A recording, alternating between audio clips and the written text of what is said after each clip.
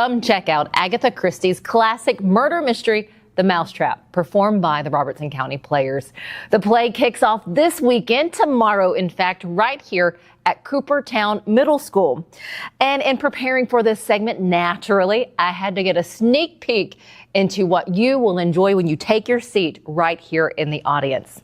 In just the first 10 to 15 minutes, you'll be so amused you'll have a chuckle or two, and that's right off the bat. So stick around as we talk with the co-directors of The Mousetrap. They will share with us the uniqueness of the play and how it has been a fun challenge to get this on stage. They'll also talk about how audience members could have the chance to be a part of future plays. But first, let's get a check of our headlines.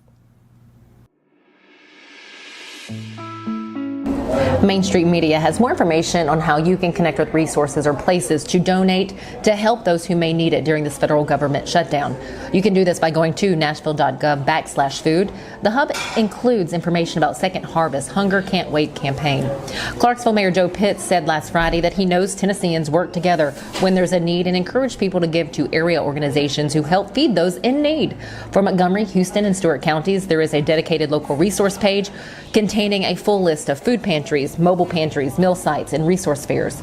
Clarksville area residents can also utilize Crisis 211 for guidance and assistance. All of this information can be found at mainstreetmediatn.com.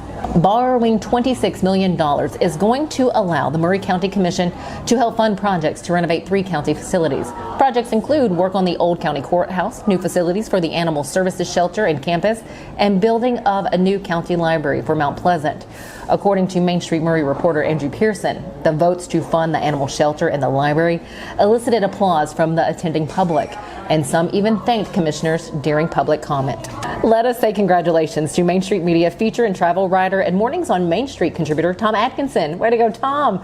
Tom recently won 3 awards in the 2025 Tennessee Outdoor Writers Association Excellence in Craft Competition, including a first place award for news writing. The first place award was for an article about East Tennessee's recovery from Hurricane Helene. The article, What Northeast Tennessee Needs After Hurricane Helene is Your Love and Business. Atkinson's Tennessee Traveler columns and Mom's features focus on destinations in Tennessee and neighboring states and encourage readers to explore various activities. For these stories and many others from Middle Tennessee, head over to mainstreetmediatn.com.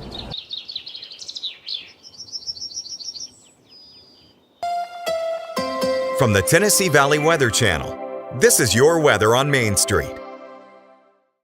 Look at Thursday morning. Taylor Platt here. Quick check on your forecast. Starting off your Thursday, a lot of sunshine around. Temperatures quickly rising into the 60s by the time we hit your mid-morning hours, eventually up into the upper 60s and lower 70s by the time we get into your afternoon hours. A lot of sunshine continues.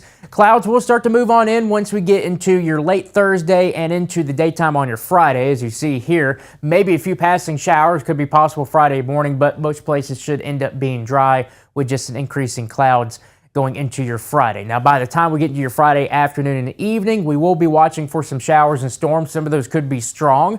And then we'll have another cold front move through on Sunday. That's going to really drop our temperatures and bring a chance for some flurries, maybe some light snow shower activity to our area early Monday morning. The highs on Monday, they're going to be in the 40s, and it's going to be breezy too. Wind chill factors are going to be in the 30s for the most part during the daytime. If you want the latest in weather conditions, be sure to tune in to our Busy Bee Plumbing Weather Report each weekday on Mornings on Main Street. Brought to you, of course, by Busy Bee Plumbing, Heating and Air Conditioning. We will keep you updated on the latest conditions outside, like severe weather, heat, snow, rain, and even hail.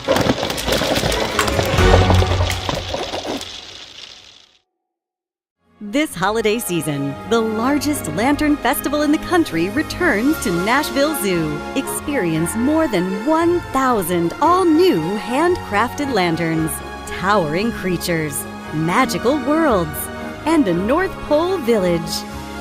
At the center of it all, the Smashville Ice Rink. Welcome back to Zoolumination at Nashville Zoo. Bigger, brighter, and better than ever. Welcome back. You can meet the cast of the Mousetrap by going to the Robertson County Players Facebook page. Today, get insight into this play from co-directors Kait Logsdon and Riley Bowers. So this is a classic murder mystery. If you know anything about Agatha Christie, she wrote plays and books that were just incredible murder mysteries. When you think of murder mysteries, most of the stereotypes come from this play. A group of strangers who come to a bed and breakfast and they get trapped because of a blizzard and there's a murderer in their midst. That all came from this. What's it like to rehearse a play like this? How fun is this? It's been an absolute blast. It's unique because you know that it's one of those shows that some people are coming in purposefully not knowing what happens, and you want to not only work through the show like you ordinarily would with your character work and things like that, but you also want to cater to those people who have never seen it and don't want to know what happens till the very end. And it takes a little bit of extra work to make sure that throughout the entirety of the beginning of the show, you really don't know who done it. We have 8 characters in this show, so we have 8 actors, and they all are learning a British accent, so that's fun. Oh yes, sir. My wife's an excellent manager. Anyway, we can always eat our hens. And we have some really strong people who have done things with the Robertson County Players before and some people who have never done anything with us before. So we've got a great mix of people, a mix of ages, and they have all brought so much fun to each individual role to make a cast that's just comes alive. You don't know what I'm thinking about now, do you? Not in the least. Cigarettes? No, thank you. You see, the only people who really know what people are like are artists, and they don't even know why they know it.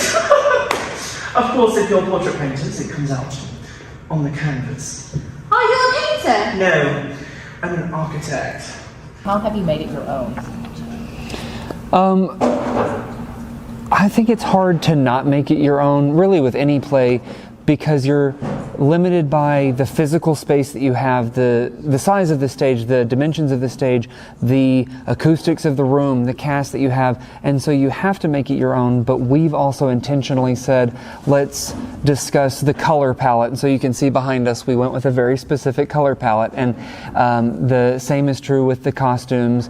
And then as we've built the show, one of the things that we really leaned into was we want there to be moments where the cast is set in a specific way that it almost feels like a painting. We have a tableau of characters at different levels and different positions so that it feels like you're entering a picture. Well, this is the first time I've ever directed a show, and so I think it's always going to have a super special place in my heart. I think it has to be definitely my favorite I've worked on creatively, not as an actor, just because, I've worked with costumes and done choreography and done various other things for other shows. But I think working on this creatively was so fulfilling, and having the opportunity to navigate the uniqueness of a murder mystery, and all of the characters are so unique that you really get the chance to pour into who is this person, who is this person, who is this person. Make sure that they don't fall into that like caricature, but also sort of getting to play a little bit with like they could be anybody. So what do I want them to look like? Like, what do we want them to look like on stage? And that's been such a fun experience to play around with that as we go on. So that's been something that you don't really get to do unless you're the director in the show. So it's been super fun. And I mean, I was so passionate about the show beforehand, so now to get to have these memories of doing it here has been great. Okay. This has been so much fun. So I've directed quite a few shows with the high school level, and then I did direct, last year I directed Gypsy here with Robertson County Players. So this has been such a treat. One, because I've gotten to help make this thing come alive, this has been the biggest undertaking for a set that I've ever been a part of, and that's just been so much fun. And then this is my first time officially co-directing with somebody, and that's been excellent because we get to bounce ideas off each other, and we get to have ideas that the other person might not have thought of and say, oh, I really like that. And I think that makes the show even better, because then it's not just one person's vision, it's two people's visions that respect each other and grow. So it's been a blast. This show has a cast of people that have been with the Robertson County Players for years. We have some people who are brand new to Robertson County Players. We have some people who are brand new to stage acting that have done film before, but they haven't necessarily had a ton of experience on stage. We have people that have been mostly in musicals rather than stage plays. And so there's like all kinds of different people from throughout the community that come in and participate with the Robertson County Players. And so I think just knowing who you're supporting when you come see a show, that it could be anybody in your community that can participate in something like this and find that like creative fulfillment through RCP. And I think just recognizing that anybody can be a part of this, including anyone in the audience. So I want them to leave and think, I could do that, and I want to do that, and come to our next auditions. Yep. He shoots, and he scores!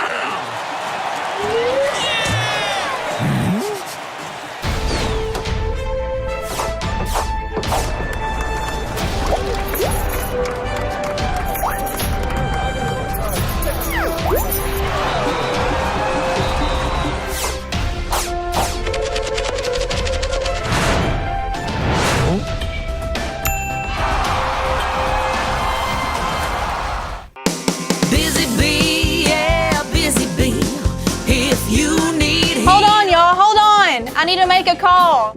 Hey, this is Brianna with Busy Bee. I'm giving you a call to let you know your technician is on his way.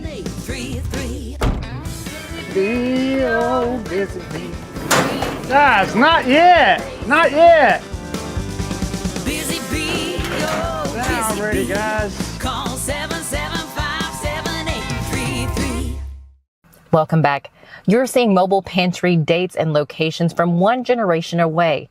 This weekend, they will be in Hickman County, Tennessee, Athens, Alabama, and Guntersville, Alabama. Next weekend on Saturday the 15th, they'll be at Virginia Beach, Virginia, Johnson City, Tennessee, and in Asheville, North Carolina. And then rounding out the month on November 22nd, one gen away will be in Franklin, Tennessee.